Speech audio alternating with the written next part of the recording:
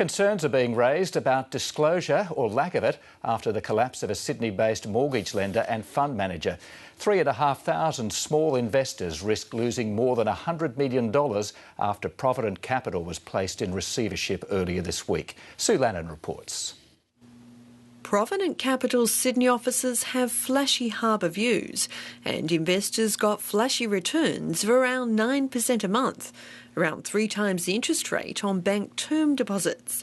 But that came with strings attached, such as low doc loans to bankrupt property developers like Warren Anderson. So the trustee went to the federal court to bring in the receivers. The real issue for Australian executor trustees was that there was a deficiency of the assets to cover the amounts due to the debenture holders.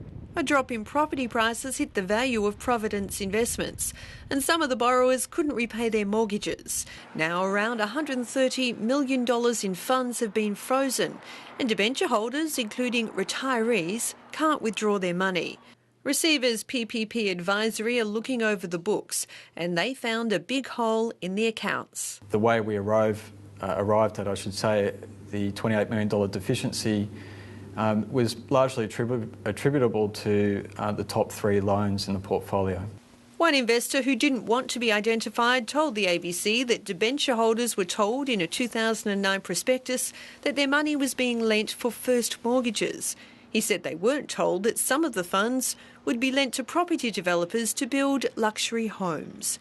The ABC understands that ASIC became concerned about Provident Capital's debenture investments late last year and asked the company for more information. The company then withdrew its prospectus and stopped accepting money from investors.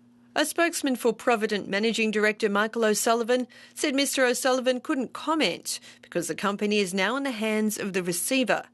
Corporate law experts say it's another case of investor beware.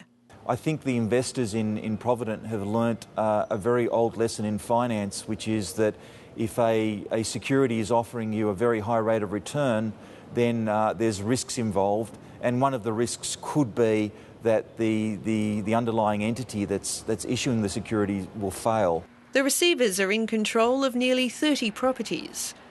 We remain hopeful that we can get a meaningful return back to the debenture holders here. PPP Advisory is planning to hold a creditors' meeting within a month.